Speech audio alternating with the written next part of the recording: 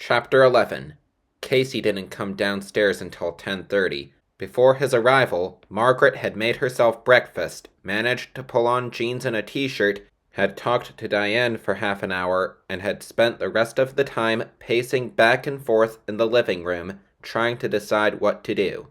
Desperate to talk to her dad, she had banged a few times on the basement door, timidly at first, and then loudly. But he either couldn't hear her or chose not to. He didn't respond. When Casey finally emerged, she poured him a tall glass of orange juice and led him out to the backyard to talk. It was a hazy day, the sky mostly yellow, the air already stifling hot, even though the sun was still hovering low over the hills. Walking toward the block of green shade cast by the hedges, she told her brother about their dad's green blood and about the insect-filled dirt in his bed.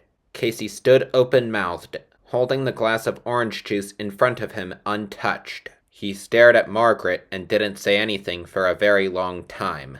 Finally, he set the orange juice down on the lawn and said, "What should we do?" in a voice just above a whisper. Margaret shrugged. "I wish Mom would call." "Would you tell her everything?" Casey asked, shoving his hands deep into the pockets of his baggy shorts. "I guess," Margaret said. "I don't know if she'd believe it, but—" "It's so scary," Casey said. "I mean, he's our dad. We've known him our whole lives. I know," Margaret said, "but he's not the same. Maybe he can explain it all," Casey said thoughtfully. "Maybe there's a good reason for everything. You know, like the leaves on his head." "We asked him about that," Margaret reminded her brother. "He just said it was a side effect. Not much of an explanation." Casey nodded, but didn't reply. "I told some of it to Diane," Margaret admitted. Casey looked up at her in surprise. "Well, I had to tell somebody," she snapped edgily. "Diane thought I should call the police."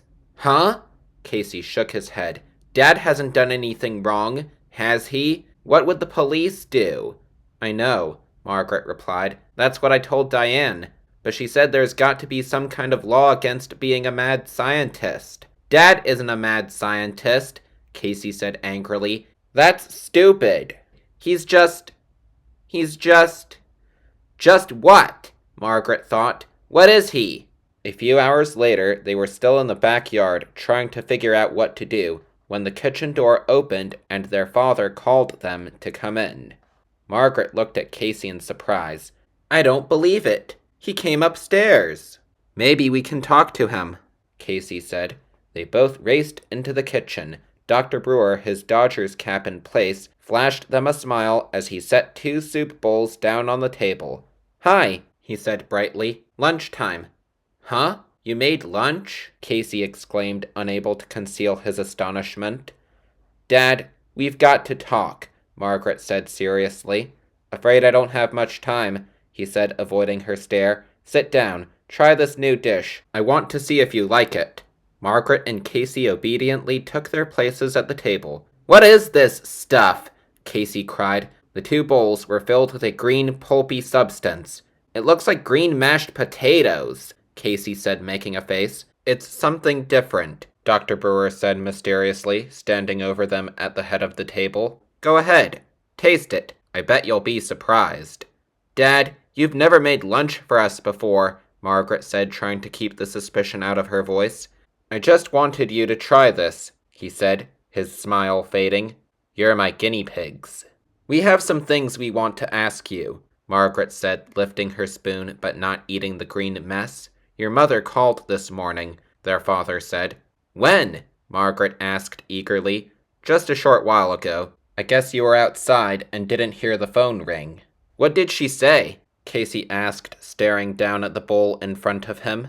"Aunt Eleanor's doing better. She's been moved out of intensive care. Your mom may be able to come home soon." "Great!" Margaret and Casey cried in unison. "Eat," Dr. Brewer instructed, pointing to the bowls. Aren't you going to have some?" Casey asked, rolling his spoon around in his fingers. "No," their father replied quickly. "I already ate." He leaned with both hands against the tabletop. Margaret saw that his cut hand was freshly bandaged.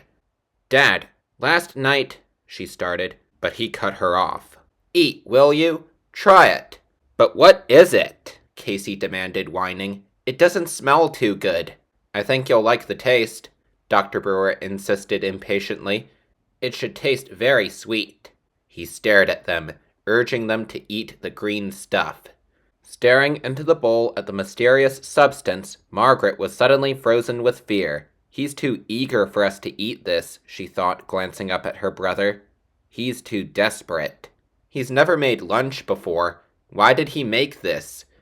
And why won't he tell us what it is? What's going on here? She wondered, and Casey's expression revealed that he was wondering the same thing.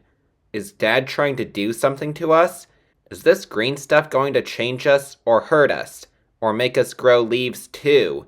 What crazy thoughts, Margaret realized, but she also realized that she was terrified of whatever this stuff was he was trying to feed them.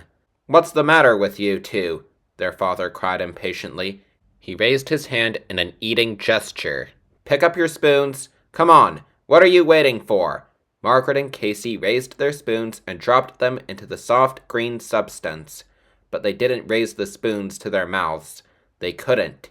Eat, eat, Dr. Brewer screamed, pounding on the table with his good hand. What are you waiting for? Eat your lunch. Go ahead, eat it. He's giving us no choice, Margaret thought. Her hand was trembling as she reluctantly raised the spoon into her mouth.